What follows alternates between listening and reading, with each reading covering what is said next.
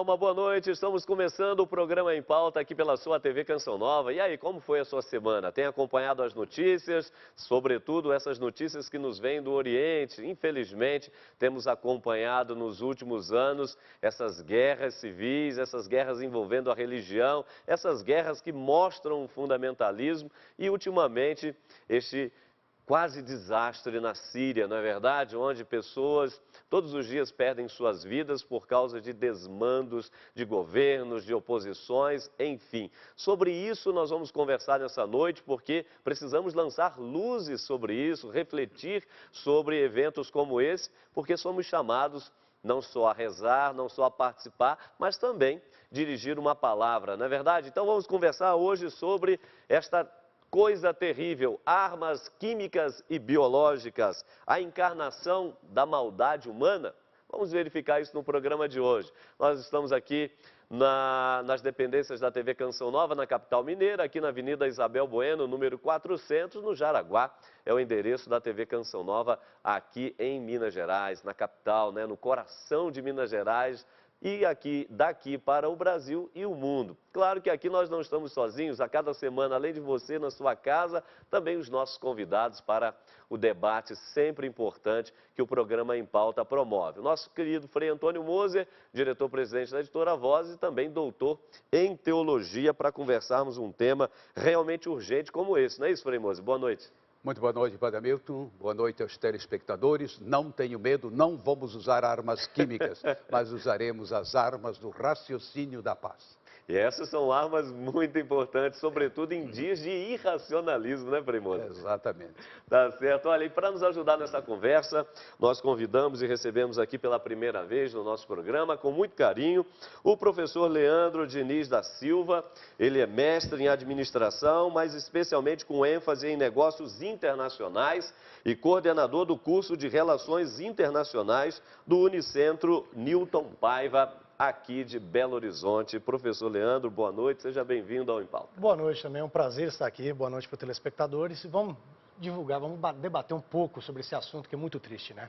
Realmente, olha, para você se situar melhor desses últimos acontecimentos, a intervenção da ONU, dos governos, para tentar sanar esta crise que está vivendo, especialmente a Síria e boa parte do Oriente, nós vamos acompanhar nossa matéria inicial na voz de Catarina Jatobá. A guerra civil da Síria, que ao longo dos 2 últimos anos provocou mais de 100 mil mortes, trouxe à tona um velho fantasma: armas químicas e biológicas.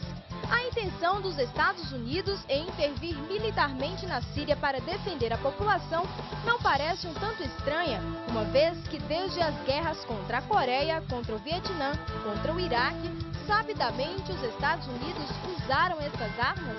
Os seres humanos sempre foram e sempre serão conflitivos? Será essa a razão de todos os atentados e guerras? Será que estamos diante de um erro de Deus Criador que enviou ao mundo seres que sempre estão em luta uns contra os outros? Mas qual a diferença entre armas convencionais e armas químicas, uma vez que todas apontam para o mesmo fim, que é matar o maior número de pessoas possível? Armas químicas e biológicas, a encarnação da maldade humana. O Em Pauta desta noite. Pois é, você deve estar acompanhando ultimamente, não é? Embora o noticiário se divida um pouco entre o exterior e o interior, ou seja, nosso noticiário nacional que também não anda lá bem das pernas, não é? Porque a cada dia são manifestações, mas especialmente terminando com violência, quebra-quebra, vandalismo, enfim, sobre isso também. Em momento oportuno, nós vamos refletir aqui também no programa Em Pauta. Hoje, olhando um pouco para o exterior, para essa região do planeta que nem é tão numerosa assim, mas que tem dado ao mundo assim lições nada agradáveis, como é o caso da Síria, onde essa verdadeira guerra civil religiosa já dizimou mais de 100 mil pessoas. Mais de 100 mil pessoas já morreram e, obviamente, não é? Pessoas, na sua maioria, inocentes. Pais, mães, jovens, crianças. a ONU interviu porque se teve a informação de que poderiam ser armas químicas, biológicas, e é o que nós queremos entender, afinal das contas. Já foi comprovado isso, só que agora, professor, vem a grande questão. Parece que essas armas não eram mais utilizadas, não se usaria, faria mais uso desse tipo de armamento, não é um armamento terrível, mas que, por outro lado, parece que voltou à tona, ressuscitou, e já fazia tempo que não se utilizava mais esse tipo de coisa. Será que dá para a gente fazer aqui uma rápida memória de quando foi usada e que prejuízo a humanidade teve, professor, por favor? Padre Hamilton, o último relato efetivamente colocado foi em 1991, usado pela Al-Qaeda naquela região do Irã e do Iraque. Mas se formos olhar na história, os primeiros relatos realmente documentados foram na Primeira Guerra, nós tivemos mais de 800 mil pessoas que morreram por causa de uso de armas químicas ou biológicas. São armas que são, por convenções de lei entre países, são proibidos o uso. Não tenho como nem falar para o telespectador que o uso de uma bomba, de uma arma, se eu tenho como, de repente, falar que isso tem alguma validade, mas algumas convenções de guerra colocam as armas químicas e as armas biológicas num patamar muito mais superior. Primeiro que não tem como fazer uma distinção. Você pega uma arma química, joga no meio do povo, ela não escolhe idade, não escolhe gênero, não escolhe se é criança, se é idoso, se é uma mulher, um homem, pai de família, se é um soldado. Mata-se tudo. E é uma questão que é complicada, que basta pequenas quantidades, pequenas. Não estou dizendo 1 tonelada. Uma pequena quantidade que vier de repente numa carta já é o suficiente para causar um estrago de grandes proporções. Agora, o Frei Moser e o professor Leandro, aqui tem uma coisa interessante, né? O ser humano parece que vai, Frei Moser, progredindo na maldade. Se nós fazemos ainda esse retrospecto e voltamos ao início da humanidade, e aí já as primeiras manifestações de violência, fazemos aqui uma rápida cronologia, né? Das pedras e paus, não é? Depois se passou para as facas, não é? As espadas, as baionetas, as balas e agora, Deus me livre e guarde, elementos químicos e biológicos. Mas o interessante dessa história é que os Estados Unidos, na pessoa do presidente Obama, quis imediatamente intervir, houve aí uma reação mundial, né? A grande oposição veio da União Soviética, né? Da Rússia especialmente, a antiga União Soviética.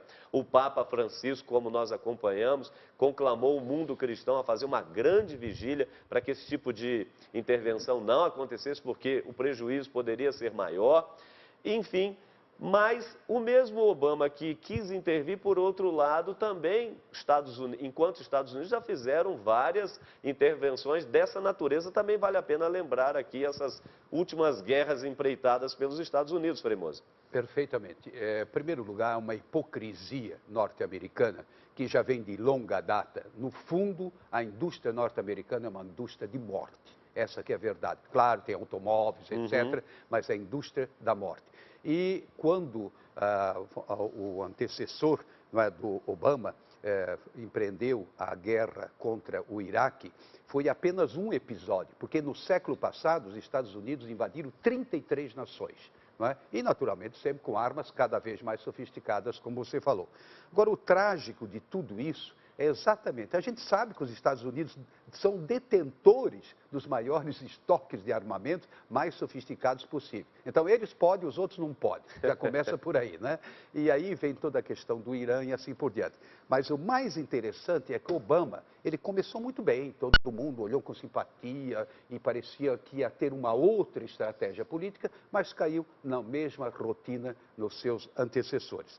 E outra coisa interessante é que quem deu a lição, juntamente com o Papa Francisco, foi Putin, dizendo que, falando que são filhos de Deus, né? Ele usou uma expressão assim, de fundo teológico. Eu até digo, olha só, imagina quem é, né? Surpresa. Então, bom, Guerra da Coreia a gente sabe, a Guerra do Vietnã, aquela menina queimada por Naplan, mas eu estive no Vietnã. Sim. Gente, até hoje você percebe restos, não é, dessas armas químicas, porque queimando florestas inteiras, desertificando certas regiões. Então, já se passaram mais de 50 anos, 60 anos. Não é? E, no entanto, lá estão ainda as consequências, sobretudo no caso do Vietnã. Mas, por exemplo, a guerra do Iraque, mais recente, mesma coisa. Acusaram o pobre do presidente lá, como é que ele se chamava mesmo? A gente até já esquece o nome. Como é que ele se chamava? De qual? Não, que foi degolado lá. Sim, o Saddam Hussein. Saddam Hussein. Sim, Não, sim. eu fiz de conta que eu não me lembrava. Ah. Todo mundo sabe, é um monstro. Mas, puf, bom, ele tem armas biológicas e não sei mais o que. Na realidade não tinha nada, não é? Agora, quem tinha são os Estados Unidos. Então, eu diria, é um grande farisaísmo que existe por trás. Eu quero recordar um outro episódio, só para mostrar a hipocrisia das nações detentoras do poder de fogo.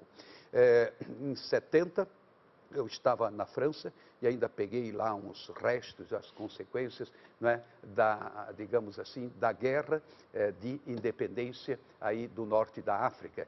E aí se dizia, com todas as letras, os jornais ainda comentavam, revistas comentavam, quem é que fornecia as armas aos argelinos que estavam buscando a independência?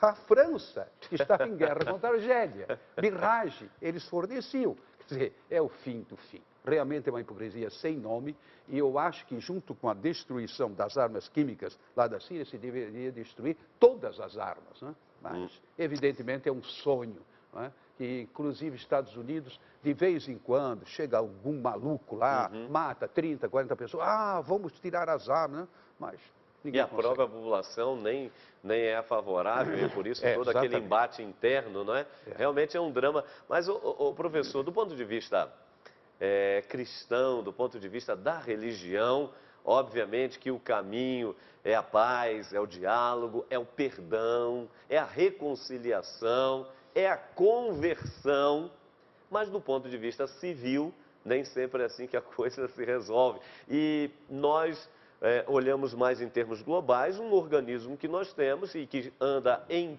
pleno descrédito se chama Organização das Nações Unidas, porque através do seu Conselho de Segurança, cujos membros estão ali Estados Unidos, Rússia, entre outros, na verdade, eles acabam fazendo o que bem entendem, sobretudo quando nós falamos aqui da onipotência, assim a chamada, né, dos Estados Unidos.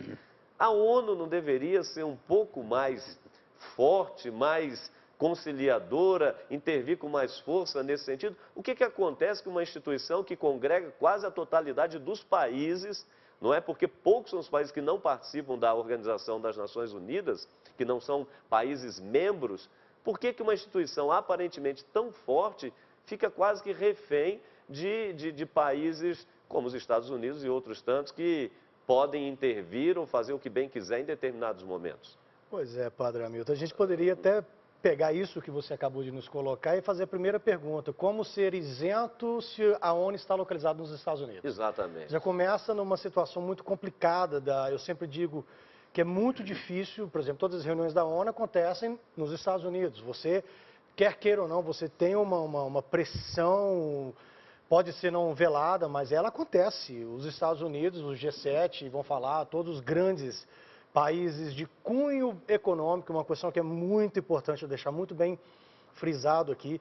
Por detrás de várias guerras existe um cunho econômico. Não se fala muito às vezes por questões de crença, por questões da água, por questões políticas, mas no frigir dos ovos, na hora que você olha, avalia, o próprio Frei foi muito consciente ao dizer isso, que existe uma indústria. A guerra é muito importante, a guerra gira a economia. Se nós olharmos o que a Segunda Guerra Mundial foi para os Estados Unidos em termos de crescimento econômico, é só olhar o que a indústria nos Estados Unidos naquele período se transformou. Nós tínhamos indústrias que faziam colher, que foram transformadas para se fazer projéteis, bala para metralhadora. E a ONU, ela tem um papel teoricamente muito importante, de ser a conciliadora dos interesses de uma sociedade global. Só que nós sabemos que por detrás de um interesse maior, um interesse que todos nós aspiramos, que é a paz, que seria a melhor das situações para todos os países, resolvermos nossas diferenças através de um debate, através de uma conversa, de chegarmos no consenso, nós sabemos que temos interesses que são muito mais fortes do que o interesse global. Não temos como que fingir. Não é porque eu estou hoje no Brasil que eu vou falar que os demais países estão errados. Nós sabemos que o Brasil vende absurdamente armas para o mundo inteiro. Nós sabemos que a indústria bélica brasileira é muito forte. Nem Angola. Nós temos em Sete Lagoas, de onde eu sou de Sete Lagoas, a indústria automobilística, ela foi recondicionada e parte dela foi feita para a montagem agora de tanques de guerra. Então, a guerra é muito interessante sob vários prismas, várias óticas, infelizmente. Uma questão que eu trabalho sempre com meus alunos. Por mais que a gente saiba que não há como justificar uma guerra, buscar a ONU, que a gente tem que ensinar a importância da ONU, nós temos leis, convenções muito importantes. Nós temos que entender que o poder financeiro, infelizmente, por algumas vezes, ela vai ser mais forte do que o interesse coletivo. Infelizmente, padre. Tá certo. E ainda tem outro aspecto, Frei, já nós vamos para o nosso primeiro intervalo, mas antes, porém, rapidinho, que é a questão, rapidinho, mas não menos complexo de se partilhar, que é a questão, por exemplo, da guerra interna. Nós estamos falando de um país do Oriente Médio, esse Oriente Médio que já vem se manifestando, ora buscando liberdade, democracia, governos mais justos, porque o que nós acompanhamos são governos totalitários, impositivos e às vezes até em nome de Deus, imprimindo um modo quase que de escravidão à sua população. Então, quer dizer, é uma coisa muito complexa. Para além dessa intervenção externa, Estados Unidos e países afins, nós temos esse outro retrato que é o fundamentalismo, que é o imperialismo em nível local, diretamente no Oriente. Não tenha dúvida nenhuma. Aí, no caso da Síria, eu tenho um confrade franciscano, estudante, Frei Jean, ele é descendente de sírio, fala árabe, etc, etc. Então, ele diz, olha, é muito complexo, porque a Síria é composta, assim, de múltiplas facções, Exato. sob o ponto de vista religioso, cultural, etc, etc. De tal forma que eles estão se matando entre si. E, inclusive, mesmo em relação ao uso de armas químicas, há dúvida se foram os rebeldes ou se foi o governo que usou. Perfeito. E com razão, a dúvida procede. Você não tem certeza nem de uma nem de outra coisa. Sabe-se que foi utilizada. Agora, é a complexidade daquela região. Por exemplo, mesmo no caso aí dos palestinos, Israel, é uma complexidade. Agora, só vai ter paz no mundo quando formos capazes de aceitar as diferenças. Diferenças de mentalidade religiosas, diferenças, eu diria assim, de concepção de vida, tudo isso. Senão, nós nunca vamos ter paz. E mesmo dentro do contexto, por exemplo, nosso do Brasil, você não tem guerra, mas você sabe, tem conflitos que equivalem à guerra. Sem dúvida. Nesse sentido que ele falou, justamente da economia. Não. Quer dizer, um grupo que domina completamente a economia. Não vou dizer o nome, de um que perdeu bilhões e, no entanto, continua sendo um dos homens mais ricos do Brasil e do mundo. Né? Então, como é que é? Como é que se explica? E ele foi buscar o dinheiro na fonte segura, de bancos. Né? Em outras palavras, nós temos vários tipos de guerra. E apenas umas são desse estilo, de armas, enquanto que outras usam outras armas ideológicas, armas de discriminação, armas, eu diria, de opressão, e assim vai. Tá certo. Nós vamos dar uma primeira paradinha aqui no nosso programa para fazermos um rápido intervalo. Daqui a pouquinho nós estaremos de volta com o programa em pauta e você não sai daí não, porque tem muita coisa ainda para a gente conversar. Minuto só.